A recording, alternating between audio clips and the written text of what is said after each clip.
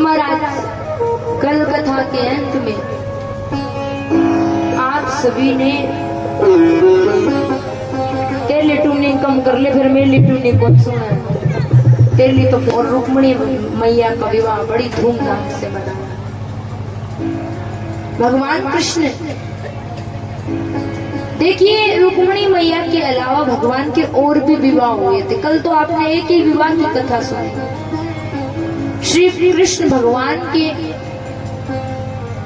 कुल विवाह 16,108 हुए। कितने हुए?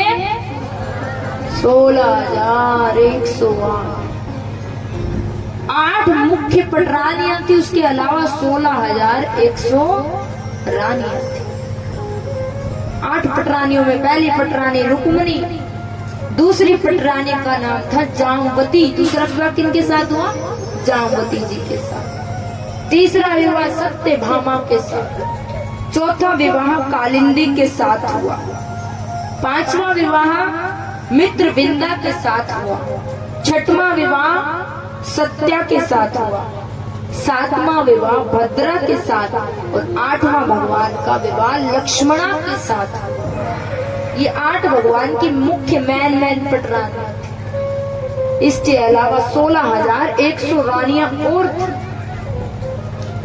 देखिए, जो ये 16,000 रानियां थी, कुछ संत बताते, विद्वान बताते, ये 16,100 रानियां वेदों की श्रुतियां ही 16,100 राजकुमारी बन के। एक भौमासुर नाम का दैत्य था और भौमासुर इतना दुष्ट था कि उसने अनेक राजाओं के यहाँ से राजकुमारियों का अपहरण करके उनको बंदी गृह में डाल रखा था। भगवान कृष्ण को जब पता लगता, वो भौमासुर की नगरी पर आक्रमण करते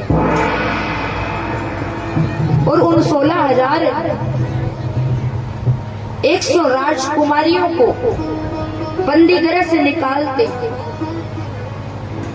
भगवान ने उन 16,100 राजकुमारियों से कहा कि तुम अपने अपने रहने का स्थान, अपने अपने राज्य, अपने अपने पिता का नाम बताओ, ताकि मैं तुम सबको अपने अपने घरों में भिजवा सकूं।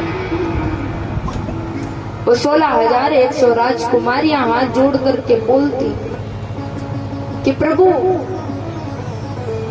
हम घर नहीं जा सकते, हमें मरना पड़ेगा, क्योंकि होने को तो हम शुद्ध हैं, किंतु इतने समय तक हम भौमासुर की कैद में रहे हैं। इस कारण हमें परिवार वाले, समाज हमें स्वीकार नहीं करेगा और कोई हमसे विवाह नहीं करेगा। या तो आप हमें शरण दीजिए, अन्यथा हम आत्महत्या करेंगे। भगवान कृष्ण ने उन 16,100 राजकुमारियों की रक्षा की। उन सभी को पालकियों में बिठवा करके द्वारिका भिजवा दी और बढ़िया मुहूर्त में, एक ही मुहूर्त में एक साथ 16,100 मंडपों में 16,100 भगवान ने खुद के रूप बनाए। अब विवाह कौन करवाता? पंडित जी। पंडित जी भी इतने ही चाहिए, तो भगवान ने एक गर्ग ऋषि के 16,100 बना दिए और इस प्रकार एक ही समय, एक ही मुहूर्त में भगवान कृष्ण ने 16,100 राजकुमारियों से विवाह किया। देखिए, भगवान की लीला सिर्फ भगवान कर सकते। भगवान ने जो किया वो कोई दूसरा नहीं कर सकता। भगवान ने तो 16,100 रूप बना लिया। आप 16,100 छोड़िए, 1-2 भी बना सकते हो क्या? खुद के नहीं बना सकते। तो कई लोग खुद की भगवान से बराबरी करते हैं ना। मैंने उस दिन भी बताया, जो बराबरी करता ना, तो कृष्ण भगवान ने ये किया, हम कर ले तो क्या हुआ? तो उनसे कहना कि कृष्ण भगवान ने सबसे पहले छठे दिन पूतना का जहर पिया था। पहले तुम पूतना का जहर पियो, फिर आगे की बात बोलना पड़ेगा। हमारा जोर से बोलना पड़ेगा।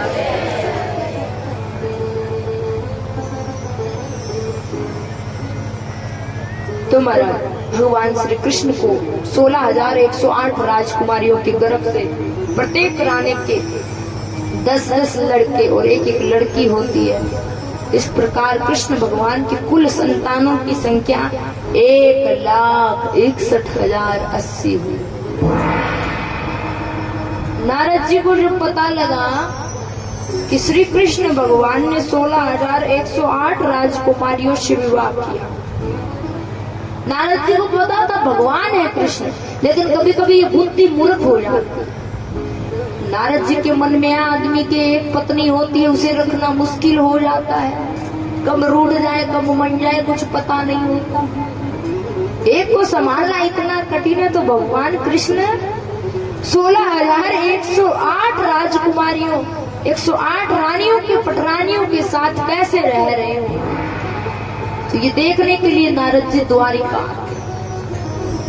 और नारद जी ने मन में पक्का सोच लिया था कि जिस किसी भी रानी के महल में मुझे ठाकुर जी नहीं मिलेंगे, मैं उस रानी से कहूंगा तेरे से तो प्रेम ही नहीं करते।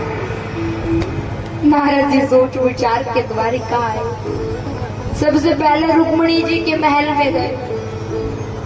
वहां पर भगवान कृष्ण को रुक्मणी मैया पंखे से हवा कर रही थी। श्री कृष्ण भगवान ने नारद को देखा। आइए नारद जी, कैसे आना हुआ? नारद जी ने कहा प्रभु आपके दर्शन के लिए आ गए।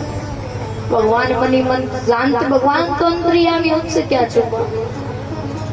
भगवान कहते हैं आज तेरे को दर्शन ही दिखाऊंगा। अब नारद जी रुक्मणी जी के महल में जामवती सत्यभामा ऐसे करके एक एक करके सारी रानियों के महल में गए। और आश्चर्य की तो बात यह है 16,108 रानियों के महलों में गए। हर महल में भगवान कृष्ण को नारद जी ने पाया। कई भगवान भोजन कर रहे हैं, कई स्नान कर रहे हैं, किसी रानी के महल में सो रहे हैं। और नारद जी जिस किसी भी महल में जाए ठाकुर जी कहें आइए, नारद जी कब आए? अब नारद जी सुबह से घूम रहे, यही कह रहे प्रभु अभी आया। इस प्रकार अंत में भगवान की लीला को प्रणाम करके नारद जी अपने लोक चले जाते हैं। एक दिन भगवान श्री कृष्ण अपनी सुधर्मा सभा में बैठे हुए थे। कृपया करके शांति बना के रखें, एक तो वैसे ही आवाज बहुत आ रही है।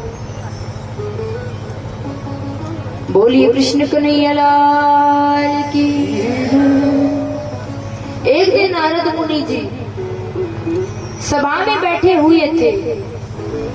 उसी समय सभा में एक दूत आता है।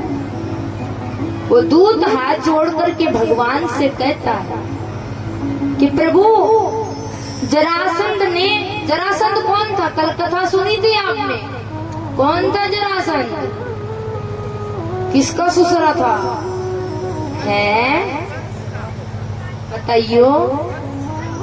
कंस का ससुर था। तो वो दूत हाथ जोड़ के कहता है प्रभु जरासंध ने अनेक राजाओं को अपनी जेल में डाल रखा,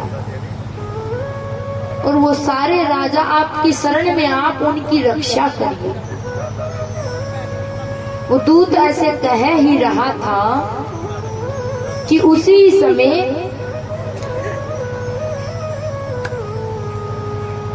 नारद मुनि जी सभा में आते हैं। नारद मुनि ने हाथ जोड़कर भगवान श्री कृष्ण से कहा प्रभु पांडवों के पास से मैं होकर आया हूं, और पांडव राजसु यज्ञ के द्वारा आपकी आराधना करना चाहते हैं, इसलिए आप अपने परिवार सहित इंद्रप्रस्थ चलिए। अब एक साथ 2 निमंत्रण आ गए। अब पहले जरासंध की कैद से राजाओं को छुटवाया जाए, या पहले पांडवों के यज्ञ में जाना चाहिए। बैठे रहो, सबको नहीं जाना, सब उठ उठ के चल पड़ी। सबको नहीं जाना, बैठ गई 5-7 भाई बैठे रही।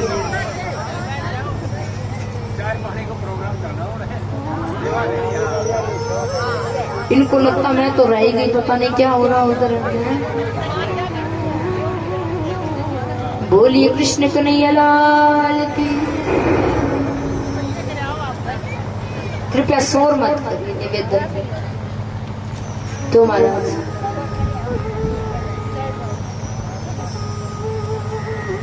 भगवान कृष्ण उद्धव जी से सलाह लेते हैं कि पहले हमें इंद्रप्रस्थ जाना चाहिए या मगध चलना चाहिए। उद्धव जी ने कहा, प्रभु शरणागतों की रक्षा करना भी हमारा कर्तव्य है और पांडवों के राजसु यज्ञ में भी जाना जरूरी है। किंतु प्रभु राजसु यज्ञ वही कर सकता है जिसने 10 दिशाओं को जीत लिया हो, और पांडवों को 10 दिशाओं को जीतने के लिए जरासंध को भी जीतना पड़ेगा। तो एक साथ 2 काम बन जाएंगे, इसलिए हमें पहले इंद्रप्रस्थ चलना चाहिए। भगवान कृष्ण अपने परिवार के साथ इंद्रप्रस्थ जाते हैं। ठाकुर जी ने जैसे ही वहां पर पहुंचते हैं, सभी ने स्वागत किया। युधिष्ठिर जी हाथ जोड़कर कहते हैं, प्रभु हमने जरासंध को छोड़कर के सभी राजाओं को जीत लिया, अभी तक इस जरासंध पर विजय प्राप्त नहीं कर पाए, और जब तक जरासंध जीता नहीं जाएगा तब तक राजसु यज्ञ नहीं हो सकता। श्री कृष्ण भगवान कहते हैं कि युधिष्ठिर तुम चिंता मत करो, मैं सब काम बना दूं। श्री कृष्ण भगवान ने अपने साथ अर्जुन और भीम को लिया, तीनों ने ब्राह्मण का वेश बनाया। अब जरासंध था वो ब्राह्मणों का बड़ा भगत था, रोज ब्राह्मणों को दान देता था।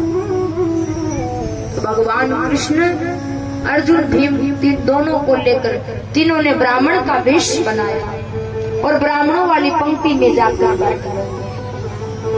जो ही जरासंध भिक्षा देने आए, श्री कृष्ण भगवान कहने लगे, हे महाराज हमें युद्ध की भिक्षा दीजिए। जरासंध कहने लगा, मैंने युद्ध की भिक्षा दी, किंतु तुम सच सच बताओ तुम कौन हो, क्योंकि तुम हाव भाव से ब्राह्मण नहीं लगते। तब भगवान कृष्ण बताते हैं कि मैं तो तेरा पुराना शत्रु हूँ कृष्ण, और ये जो हट्टा कट्टा दिख रहा है ये भीम है, और ये भीम का छोटा भाई अर्जुन है। जरासंध कहता, तू तो रणभूमि छोड़ के चला गया था, इसलिए तेरे से युद्ध नहीं करूंगा। अर्जुन मेरे से उम्र में छोटा है, हाँ भीम मेरे बराबरी का योद्धा है, भीम से युद्ध करूंगा। अब भीम और जरासंध के मध्य युद्ध आरंभ होता है, और वो युद्ध 27 दिनों तक चलता। 27वें दिन भीम भगवान कृष्ण के पास गया, हाथ जोड़कर बोला, प्रभु अब मैं जरासंध से नहीं लड़ सकता, क्योंकि अगर अब मैं लड़ूंगा तो मैं मारा जाऊंगा। ये जरासंध किसी प्रकार से जीता नहीं जा सकता। भगवान कृष्ण कहने लगे, भीम तुम घबराओ मत, कल जब तुम युद्ध करो तब तुम मेरी तरफ देखना, मैं कुछ तुम्हारी तरफ इशारा करूंगा। भीम ने कहा, ठीक है प्रभु। भीम के सिर पर भगवान ने हाथ रखा, जिससे भीम का शरीर एकदम स्वस्थ हो गया। 28वें दिन जब भीम जरासंध के मध्य युद्ध शुरू हुआ, भीम भूल गया कि भगवान ने मुझे अपनी तरफ देखने को कहा। भगवान कृष्ण जोर जोर से कहने लगे, वाह भीम क्या दाव लगाया है, वाह भीम क्या दाव लगाया। भीम सोचने लगा, ऐसे तो रोज ही युद्ध करता हूँ, आज कौन सी नई बात। फिर याद आया भगवान ने मुझे अपनी ओर देखने को बोला था।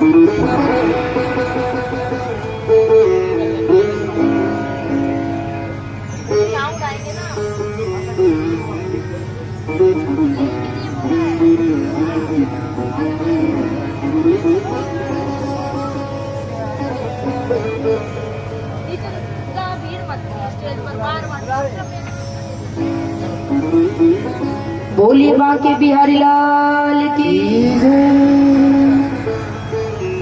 भीम ने भगवान की तरफ देखा तो भगवान श्री कृष्ण ने एक तिनका उठाया। तिनका समझते हो, लिकड़ो।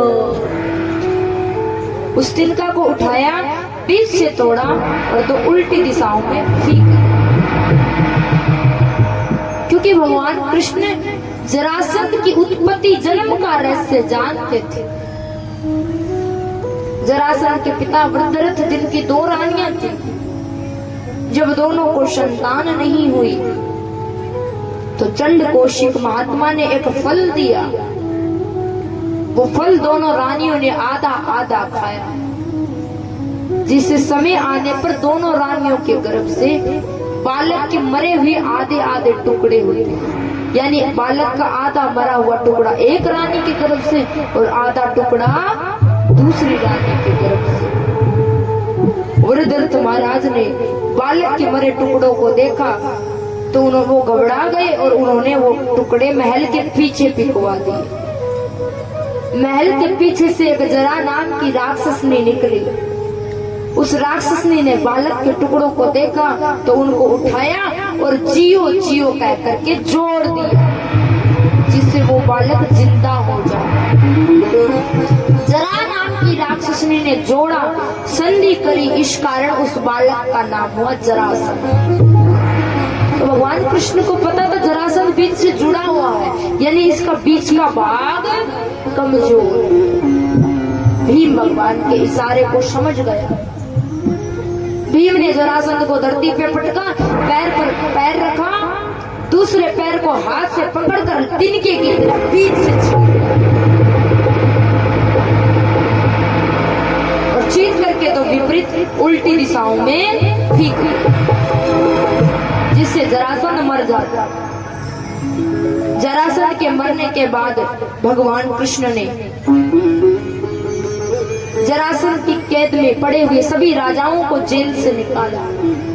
सभी राजा खुश होकर हाथ जोड़कर श्री कृष्ण भगवान की स्तुति करते, कृष्णाय वासुदेवाय हरये परमात्मने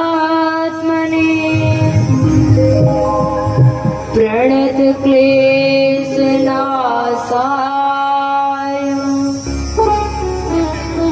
गोविंदाय नमो। सभी राजा भगवान कृष्ण की स्तुति करके अपने अपने राज्य में चले जाते। जरासंध की जगह उनके बेटे सहदेव को भगवान ने राजा बनाया। तत्पश्चात भीम, अर्जुन, भगवान कृष्ण सभी इंद्रप्रस्थ आ जाते। पांडवों का राजसूय यज्ञ आरंभ होता है। यज्ञ में जैसे ही कृष्ण भगवान की अगर पूजा की जाने लगी तो शिशुपाल को क्रोध आता है। वो क्रोध में भगवान को गाली निकालता है।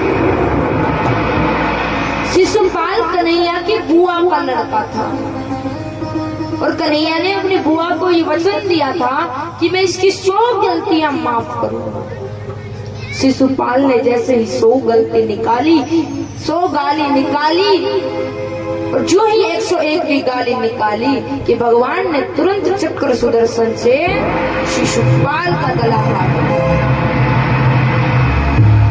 शिशुपाल मर जाता है। राज पांडवों का राजसूय यज्ञ निर्विघ्न संपन्न होता है। बोलिए कृष्णचंद्र भगवान की। शिशुपाल के मरने के बाद उसके मित्र साल्वदंत, वक्त्र और विदुरथ अपनी मित्रता का ऋण चुकाने के लिए द्वारिका पर आक्रमण करते हैं। भगवान कृष्ण, बलराम, साल्वदंत, वक्त्र, विदुरथ इत्यादि दैत्यों का संहार करते हैं। बोलिए कृष्ण कन्हैया लाल की। यहाँ से आज की मुख्य कथा सुदामा जी की कथा आरंभ होती है। आज पंगाड़ा वाली माई लेट आई है। आज कल ली आई है के तेली भाई ली को नहीं आई है, आई संगे। बोलिए कृष्ण कन्हैया लाल की।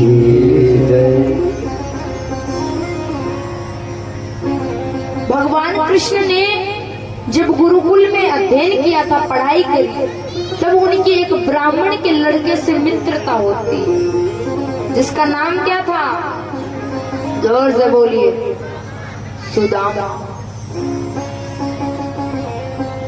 सुदामा जी गुरुकुल में पढ़ने के बाद घर आते हैं, वो बड़े होते हैं, उनका विवाह होता है। उनकी पत्नी का नाम है सुशीला। क्या नाम है? जैसे नाम वैसा ही गुण, नाम के अनुसार सुंदर सुशील गुणवान। सुशीला सुदामा से बड़ा प्रेम करती थी। देखिए, पति के पास धन है, दौलत है, नाम है, शोहरत है, तब तो पत्नी अगर पति से प्यार करे, प्रेम करे, कोई बड़ी बात नहीं है। अगर पति बीमार है, निर्धन है, गरीब है, फिर भी पत्नी अपने पति का साथ दे, प्रेम करे, वो सबसे महान है। सुदामा जी से सुशीला अत्यंत प्रेम करती थी। सुदामा के घर में कई बच्चे थे। इधर सुदामा इतने गरीब थे कि उनके घर में कई कई दिनों तक खाने को अन्न का दाना नहीं होता था। अब वो कहते हैं, देखिए, माँ खुद भूखी रह सकती है किंतु अपने बच्चों को भूखा नहीं देख सकती। अपने बच्चों को भूख से बिलबिलाता देख सुशीला के धैर्य का बांध टूट गया। अपने पति सुदामा के पास गई, हाथ जोड़कर बोली, स्वामी, मैंने सुना है द्वारिका नाथ से आपकी बड़ी मित्रता है। अब एक काम करिए, आप द्वारिका जाइए, कृष्ण से कुछ मांग करके लाइए। सुदामा कहने लगा, देख सुशीला, मैंने यारी की है किंतु मैंने मतलब की यारी नहीं की है। आज तक कभी मैं कन्हैया के पास गया नहीं, आज तू चाहती मैं मांगने चला जाऊं, इतना स्वार्थ है। दुनिया वाले मुझे कहेंगे, अरे सुदामा तो स्वार्थ की यारी करी है। सुशीला बोली, ठीक है स्वामी, आप मांगने मत जाइए, आप मिल आइए, जो ठाकुर जी आपको द्वारिका नाथ जो आपको दे वो ले आइए। पहले तो सुदामा घबराता है कि सोच रहा लोग क्या कहेंगे, फिर मन में आया, मैं लोगों का तो काम है कहना, लोगों की बातों पर ज्यादा गौर नहीं करना चाहिए। एक बार की बात है, एक गांव से एक पिता और पुत्र घोड़ा लेकर के कहीं जा रहे थे। तो जो पिताजी थे वो घोड़े पर बैठे और जो बालक था वो पैदल पैदल चल रहा। आपके गांव की तरह गांव आया। गांव वालों ने देखा कि आदमी तो घोड़े पे चढ़ा है, इसका बेटा पैदल चल रहा है। तो लोग कहने लगे, देखो देखो, इस बुढ़े को शर्म नहीं आती, बालक पैदल चल रहा है और खुद घोड़े पे बैठे। लोगों की बात सुनकर वो बुढ़ा घोड़े से उतरता और उस बालक को घोड़े पे बिठाता। थोड़ी दूर गांव आया, लोगों ने देखा कि बालक घोड़े पे बैठा है, इसका पिता पैदल चल रहा है। तो लोग कहने लगे, देखो देखो, ये कैसा बालक है, इसमें तनिक भी संस्कार नहीं है। अरे पिता तो पैदल चल रहा है, खुद घोड़े पे बैठा है, बालक है ये तो ऐसे ही दौड़ सकता। लोगों की बात सुन करके वो बच्चा भी नीचे उतर गया। अब दोनों बाप बेटे पैदल ही चलने लगे। बोले, लोग तुम बैठो तो कहते, मैं बैठो तो कहते। तो दोनों पैदल पैदल हो लिए, घोड़ा साथ में। थोड़ी दूर आगे चले, लोग मिले, लोग कहने लगे, अरे देखो देखो, इन मूर्खों को, इनमें जरा भी दिमाग नहीं है, घोड़ा संग में फिर भी पैदल चल रहे हैं। लोगों की बात सुन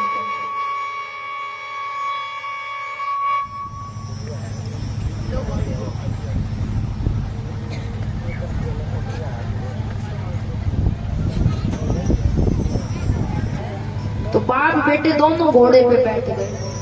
फिर थोड़ी दूर चले, फिर एक गांव आया। लोग देखकर कहने लगे, देखो देखो, इन बेपीरों में जरा भी दया नहीं है, एक घोड़े पर दो लदे हैं।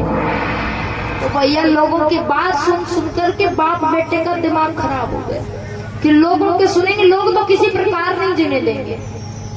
अब लोगों की नहीं सुनी, बोले अब अपने मन की करेंगे। अब दोनों बाप बेटों में कभी एक घोड़े पे चढ़ जाए, कभी बाप घोड़े पे चढ़े, कभी बेटे घोड़े पे चढ़ जाए। तो कहने का तात्पर्य ये है कि आप कुछ भी करिए, लोग कहेंगे। सुदामा ने सोचा लोगों की बातों पर ज्यादा गौर नहीं करना चाहिए। अपनी पत्नी से कहा ठीक है लो, लेने देने की तो कोई बात नहीं है, कम से कम मैं कन्हैया से मिल आऊंगा। पर देखो सुशीला, मित्र के घर, गुरु के घर खाली हाथ नहीं जाना चाहिए, इसलिए कुछ लेकर के आओ। सुशीला ने देखा घर में तो कुछ नहीं है। सुशीला आसपास के 4 घरों में गई, 4 मुट्ठी चिवड़े, 4 मुट्ठी चावल मांग कर लाती। अपनी फटी पुरानी साड़ी के पल्लू में वो चिवड़े बांधे और उनकी पोटली बना करके सुदामा को दे दी। मानो आज सुशीला अपने पति के हाथ संदेशा भिजवा रही है, 1 मास 2 पक्ष, 1 मास 2 पक्ष, 2 एकादशी होए, पर मेरे घर तू गोपाल जू नित्य एकादशी। लोगों की तो 2 ही 11 होती है, पर हमारे यहाँ तो रोज 11 से किसी खाने को कुछ नहीं है। सुदामा वो 4 मुट्ठी चिवड़े लेकर के द्वारिका की तरफ चलता है। जैसे ही गांव के बाहर पहुंचे, लोगों से पूछा, अरे भैया द्वारिका कितनी दूर है? सुदामा के दुबले पतले शरीर को देखकर लोग कहने लगे, ब्राह्मण देवता आपके इस शरीर को देखकर लगता आप इस जन्म में तो द्वारिका नहीं पहुंच पाओगे। सुदामा का धैर्य टूटा, लेकिन फिर भगवान पर भरोसा आया, हरे को हरि नाम। सुदामा फिर चलते हैं। रात होती है, एक पेड़ के नीचे विश्राम करते हैं। भगवान ने योग माया को आदेश दिया कि सोए हुए सुदामा को लाकर के द्वारिका सुला। भगवान की माया ने, योग माया ने सोए हुए सुदामा को ज्यों का त्यों द्वारिका में उपवन में लाकर सुला दिया। सुबह हुई, लोगों का आना जाना हुआ, शोर शराबा हुआ। सुदामा की आंख खुली। सुदामा सोचने लगा, ये मैं कहाँ आ गया? आप जैसे लोगों से पूछा, अरे भैया जे कौन सी नगरी छे? लोग कहने लगे, ब्राह्मण देवता जे तो द्वारिकापुरी छे। सुदामा कहने लगा, इतनी जल्दी द्वारिका? लोग तो कह रहे थे बहुत दूर है। सुदामा बड़ा खुश होता, लोगों से पूछता है, तो भैया ये द्वारिका तो ये बताओ जल्दी से, मेरा कन्हैया कहाँ रहता है? मेरा बचपन का यार, मेरा बचपन का मित्र। सुदामा ऐसे बोल रहा, लोगों को बड़ा आश्चर्य हो गया। जहाँ इंद्र इत्यादि देवता भगवान को इस प्रकार से नहीं बोलते, उनको नाम से नहीं बोलते, ये ऐसे बोलने वाला कौन ब्राह्मण है? लोगों ने भगवान कृष्ण का महल दिखाया, उधर बीच में लगा दो, बीच में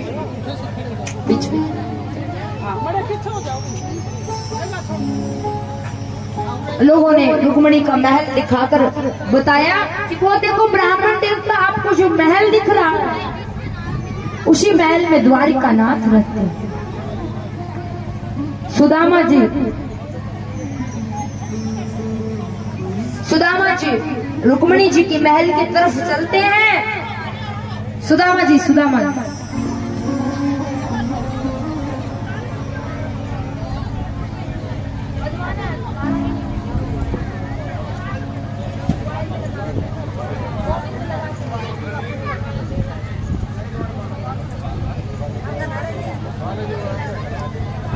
तो खड़े हो गए। मैंने तो कथा में पहुंचा दिया महल के पास, आप उधर ही खड़े। किस प्रकार सुदामा जी